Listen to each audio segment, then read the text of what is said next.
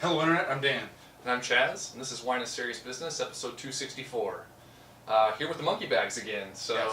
I wanted to film a blind show. We were kind of having a little bit of struggle on what to come up with for the show this week. And I was like, man, I want to do something blind.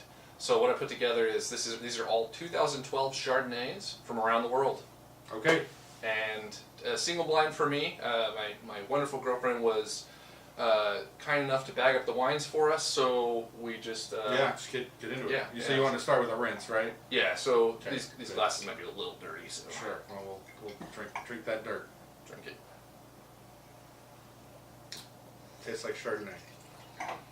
Yeah. So kind of tried to find some weirder wines, a little something here. So Weird Chardonnay. well, maybe not. One of them might be weird. One of them might. So all right. This one's definitely a little funky on the nose, like strong. It's really coming off quite A austere. little Like, bit it's of not- barrel, a little bit of rhubarb, I think. Yeah, Like, yeah. a little bit of old barrel for sure. Yeah. Yeah, like sort of like citrus components of it, like maybe like bright, like fresh Granny Smith apple, are kind of all really low tones, right? They're not very bright or like popping out of the glass. Grapefruit with grapefruit peel. I think I'm Oh, getting yeah, a little more of it grapefruit, than you are, grapefruit but peel, like, yeah. yeah. Okay, yeah. For me, it's maybe my nose is just dead today, but it's not. There it is. Yeah, it's definitely got a strong citrus component Yeah, on the nose. but so. kind of intense types of aromas. It's definitely like, yeah.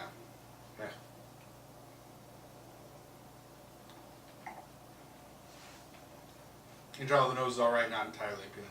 Yeah, I like the acidity on the palate. Wow. Feels really fresh and clean. That's good. Mm-hmm. Yeah, the citrus components, like the grapefruit, sort of like fresh grapefruit, fresh lemon, maybe even like a little bit of orange in there. Man, the acid just washes across the tongue. Yeah. All those fruit flavors. Really quite nice, actually.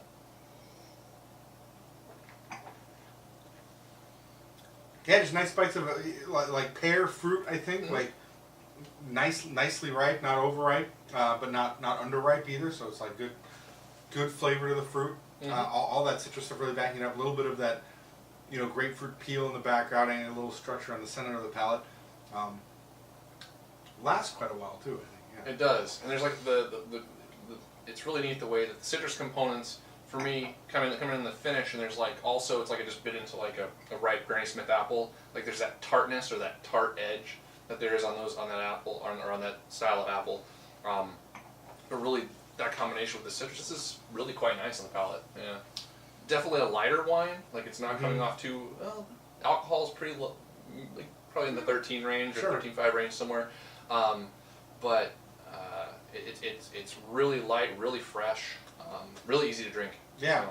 I'm going to change, but instead of barrel, I'm going to go with that's a little yeasty. I feel like that's maybe some yeast with a little bit of batonnage there. It's not like that really creamy style of yeast, but kind of those flavors and aromas kind of remind me of it. Honestly, I think it's strong enough that it's detracting a little bit from the overall experience for me, but it's still working pretty well. Mm-hmm. Yeah. I would agree with all those things. Okay. So, what do you think it is? Or do we wait for that for the show, or wait for that for the it's end? from all around the world. Yeah. I'm strong. I'm going to take another hit. All right. Then, I'll inform you some. Sharing is caring.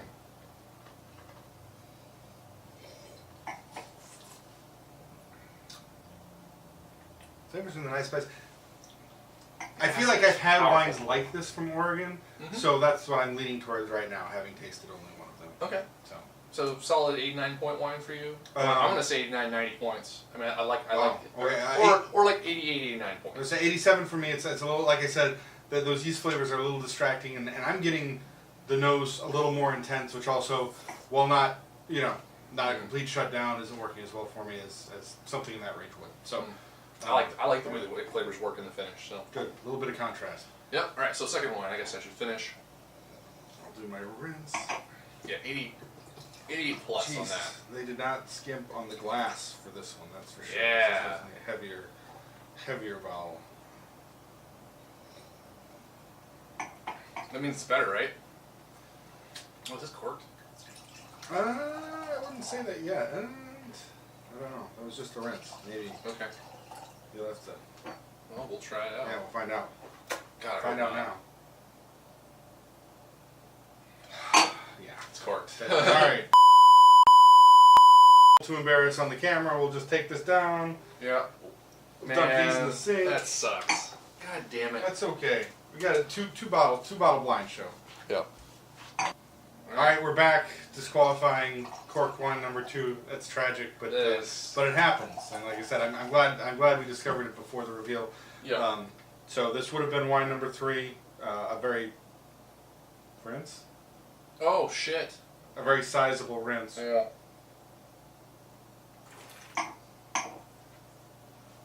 Rinse them up. It's good. It's important to have a well rinsed glass after tasting something cork behave. Yeah, for that true. to influence this next wine. Yeah, definitely off to a better start. Also tastes like Chardonnay on the rinse. Big time. Yeah. Huh. This is in a nice place on the nose too. This smells awesome. Yeah, this smells really good. A little bit of oak here, a little bit of lemon curd, a little bit of floral. Kind of well integrated at this point. I just had a lemon cream tart this morning from Ken's Bakery. Yeah. And this sort of has that aroma, right? Like there's like a little bit of creaminess to it. There's that like lemon, like sweet lemon, like cream coming out of it. It smells awesome. Yeah. It smells really good.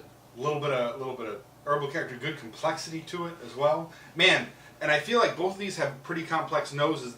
This just has aromas that just have much more strength to them, and these are a little more elegant and kind of wrapped together a little better right now, I think. Agreed. Yeah, the first wine is a stronger, a little bit more powerful wine. This one is definitely a little more complex, a little more elegant. And it's a good illustration too. I feel like this illustrates more what like oak on the nose smells like as opposed to yeast on the nose. To me, yeah. Maybe I'm wrong. Yeah, this is definitely more oak influenced. I guess you're right.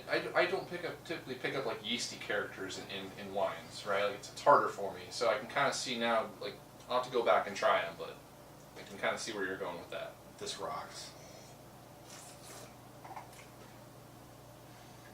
Wow, this is fantastic stuff. This is delicious. Really well balanced already. Like the intensity of flavor yes. and the acid and everything is already super integrated. This is 2012. Like this is drinking just wonderfully right now. And the acidity has a great feel to it. Like it's not overwhelming at all. Again, long on the palate. Yeah. Sort of complex. Flavors again, just that delicious, similar like delicious, nicely ripe pears. A little bit of apples in there, leaning towards like the greener style apples, like the Braeburns or Granny Smith. Towards the finish, as the acidity kind of rises up. The oak's kind of persistent across the palate, but it stays delicate all the way through. It never gets too heavy. Good counterpoint to that acidity.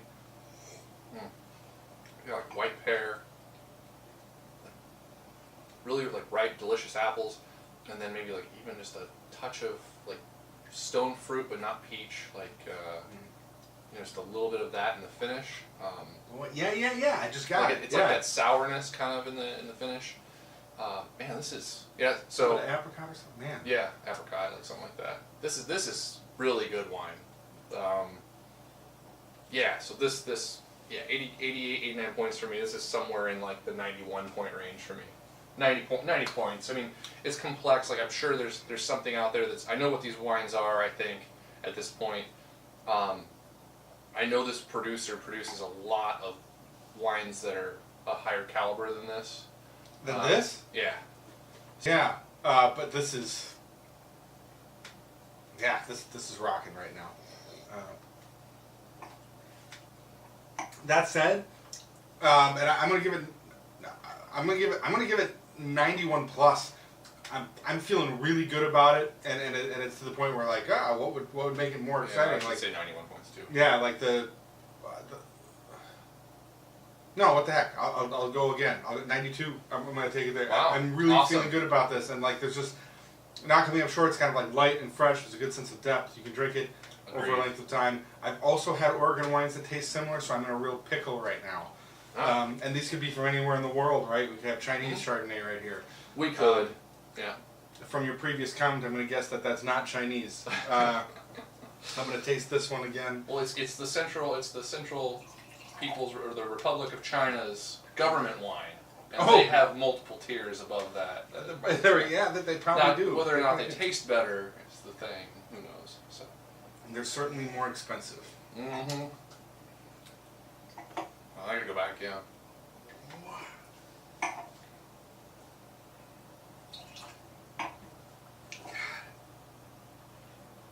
Washington, Oregon. That's where I'm going to go. We've got the whole world to choose from. I do too close together. Kind of all I know. I have so few palate memory things that I associate directly with white Burgundy that I just couldn't make an educated guess in that direction. So. Okay. So Washington, Oregon. Yeah. All right. So the first wine, we both like in the high 80s range on it. Yeah. This is Oregon. So. Ah. Or no! Holy shit! Whoa! I'm wrong! Oh my god! Oh, this is so good! You love it when you're wrong. I love it when I'm wrong. Oh my god! Oh, Macon! Wow! This is awesome that this turned out this way. I am so happy for this show now. Nice. Yeah. So this is Leflaive Macon-Verze. He does have a couple more expensive bottles. Yeah. See, I thought this was the Burgundy. Oh, and wow! I and Macon, this was like. I thought this was the Oregon. How much was this? $39. Oh, okay. I was gonna say Macon's usually cheap, but with that This name on it, producer, that's and but it's wow. kind of gun. So all of the wines that I purchased for the show are around $30 to $35. Yep. So this one was actually the most expensive. Sure. Of the three. Sure. So that is awesome because the reveal here, you chose Oregon. Yeah. I chose Burgundy, and it's Oregon. I'm so excited. I can't believe I was so wrong. Woo! Matello, Richard's Cuvee. Oh my gosh. From Whistling Ridge. Oh my Killing gosh. Killing it. This is so good. Oh my god, this is good. I wonder if that's the current release or if that's on the way out. It probably is, yeah. I think it's current, yeah. So man, get it while you can, folks. Yeah, so Whistling Ridge Vineyard, 80 cases produced, and we've talked about Matello wines multiple times in the show. We've actually done an interview with Marcus. So if you watch the show, you probably know who he is. Yeah, and he's makes some amazing wine in Oregon, and so this. Hadn't had a ton of Chardonnay from him. But this is definitely an eye opener. Yeah. Killer. Good times. Well, And price on that was like it's $36. Okay, yeah, totally delivers. I'd say check it out. And then the corked wine, we just got to pull it out and just so you can see what it was, because this was the weird one. Sure. I just want to like. Okay. Yeah. So this was not a local guy then, right? No, Washington. Okay. Oh, so that was part of the mix. Wow. Yeah, Washington. Getting a little meta on Chaz at least.